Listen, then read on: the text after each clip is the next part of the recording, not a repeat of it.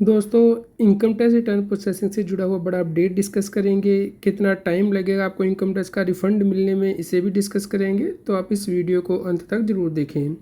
दोस्तों, regular update के लिए CA Satbir Singh YouTube channel को सब्सक्राइब कर लें ताकि आपको रेगुलर टैक्स अपडेट मिलते रहें और टैक्स की कंप्लायंस कर पाएँ।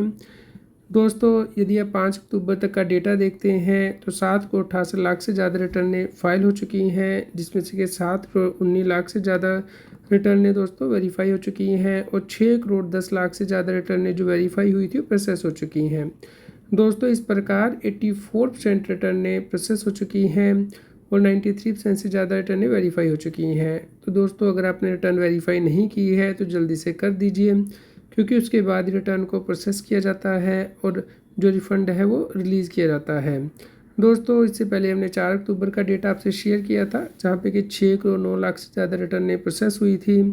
तो दोस्तों, इस प्रकार एक दिन में सरकार ने 1,92,000 रिटर्नें ही प्रोसेस की हैं। दोस्तों, यदि आप आईटीआर प्रोसेसिंग की स्पीड देखते हैं डेली, तो आप पाएंगे कि अब बहुत कम रिटर्नें गवर्नमेंट प्रोसेस कर रही है। अक्टूबर मंथ में देखेंगे तो दोस्तों ऑलमोस्ट 2 लाख से भी नीचे रिटर्नें प्रोसेस की जा रही हैं डेली। और यदि आप पेंडिंग रिटर्न का डेटा देखते हैं तो अभी भी दोस्तों 1 करोड़ से ज़्यादा रिटर्नें पेंडिंग हैं प्रोसेसिंग के लिए। तो दोस्तों, यदि आप इसे डिवाइड करेंगे, जो रिटर्न ऑलमोस्ट डेली मान लीजिए 1,92,000 ही प्रोसेस होती हैं, तो दोस्तों आपको 56 दिन लगेंगे अपना रिफ़ंड लेने में या फिर आईटीआर को प्रोसेस होने में। यानी कि कम से कम 2 महीने का टाइम लगने वाला है आपकी रिटर्न को प्रोसेस होने में, इसलिए आपको बहुत ज़्यादा इंतज़ार करना होगा। दोस्तों, कौन सी रिटर्नें हैं जो प्रोसेस नहीं हो रही हैं? जैसे कि यदि व्यक्ति ओल्ड टैक्स रजीम को क्लेम करता है तो सरकार ने इस बार से बहुत से बड़े चेंजेस किए हैं, जैसे कि डिडक्शन के प्रूफ सरकार मांग रही है, एलआईसी नंबर मांग रही है, health insurance policy number, home loan का अकाउंट नंबर, आउटस्टैंडिंग अमाउंट। तो इसे मैच करने के बाद ही रिफ़ंड रिलीज़ किए जाएंगे, क्योंकि बहुत से tax payer fake deduction claim करके रिफ़ंड ले रहे थे। तो इसीलिए अब गवर्नमेंट एआई यानी कि आर्टिफिशियल इंटेलिजेंस का यूज़ कर रही है, ताकि ऐसे टैक्स पेयर को आइडेंटिफाई किया जा सके जो कि फ्रॉडुलेंट तरीके से रिफ़ंड ले रहे थे।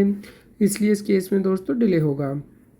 दूसरा दोस्तों, जिन व्यक्तियों ने ऑनलाइन गेम खेली है और वो रिफ़ंड क्लेम कर रहे हैं, तो उस केस में भी रिफ़ंड को होल्ड पे डाला गया है, क्योंकि गवर्नमेंट का कहना है कि यदि आप ऑनलाइन गेम खेलते हैं तो आपको 30% टैक्स प्लस सरचार्ज जो है वो पे करना होता है।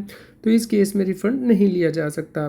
तो इसीलिए दोस्तों ऐसे टैक्स पेयर के रिफ़ंड होल्ड पे डाले गए हैं जो कि स्पेशल रेट की इनकम से रिफ़ंड क्लेम कर रहे हैं, जैसे कि क्रिप्टो करेंसी से या फिर ऑनलाइन गेम से या फिर शॉर्ट टर्म कैपिटल गेन उन्हें हुआ शेयर पे, म्यूचुअल फंड पे, उसका उन्होंने रिफ़ंड लिया है जो उनका टीडीएस कटा है।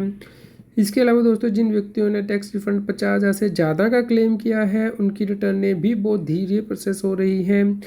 और दोस्तों, इस केस में डिले हो रहा है क्योंकि सरकार इस केस में कंफर्मेशन लेती है लोकल इनकम टैक्स ऑफिसर से कि आपकी कोई टैक्स डिमांड तो पेंडिंग नहीं है, कोई असेसमेंट तो पेंडिंग नहीं है, उसके बाद ही रिफ़ंड रिलीज़ किया जाता है। तो इस केस में भी आपको धैर्य रखना होगा, पेशेंस रखनी होगी। इसके अलावा दोस्तों, जिन व्यक्तियों का मिसमैच आ रहा है, उन्होंने जो इनकम टैक्स रिटर्न फाइल की है उनके ईआईएस से नहीं मैच कर रही, उनके टीआईएस से नहीं मैच कर रही, 26A से नहीं मैच कर रही है, तो ऐसे टैक्स पेयर को भी नॉर्मली नोटिस भेजा जाता है कि वो अपनी रिटर्न को या तो रिवाइज़ करें या कन्फर्मेशन दें कि उन्होंने सही रिटर्न फाइल की है।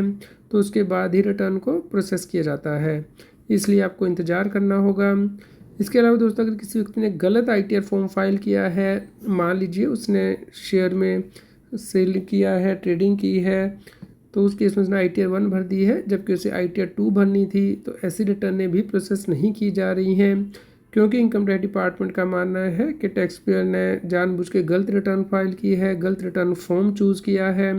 तो इस केस में आपको अपनी रिटर्न को रिवाइज़ करना होता है, इसलिए आप ज़रूर चेक करें कि क्या आपने सही रिटर्न फॉर्म फाइल की है अकॉर्डिंग टू योर इनकम। दोस्तों, रेगुलर अपडेट के लिए आप हमारे व्हाट्सएप चैनल को भी सब्सक्राइब कर लें, क्यूआर कोड स्क्रीन पे दिया गया है।